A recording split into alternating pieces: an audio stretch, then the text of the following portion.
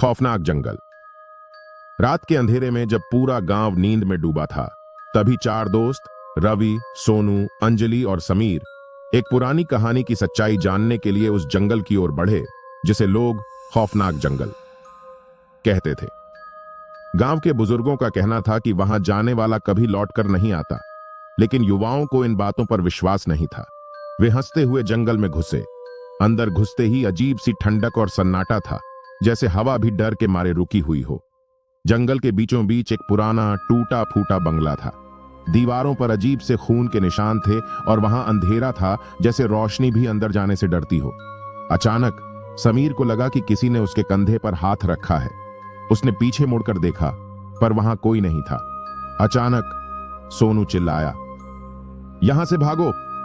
सभी ने देखा कि बंगले के दरवाजे पर एक भयानक अधजली आकृति खड़ी थी। उसकी आंखों से खून टपक रहा था और वह तेजी से उनकी ओर बढ़ रही थी। डर के मारे उनकी टांगें कांपने लगीं। रवि और अंजलि ने दौड़ना शुरू किया, लेकिन समीर और सोनू को जैसे किसी अदृश्य शक्ति ने जकड़ लिया।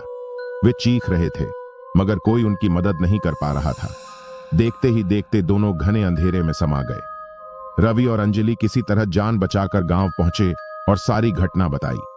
अगले दिन गांव के लोग जंगल में गए, लेकिन समीर और सोनू का कोई निशान नहीं मिला। कहा जाता है कि जो भी उस जंगल में जाता है, वह या तो मर जाता है या फिर उसी खौफनाक साए का हिस्सा बन जाता है। और अब हर रात गांव वाले उन दोनों की चीखें सुनते हैं, हमें बचाओ! Double asterisk.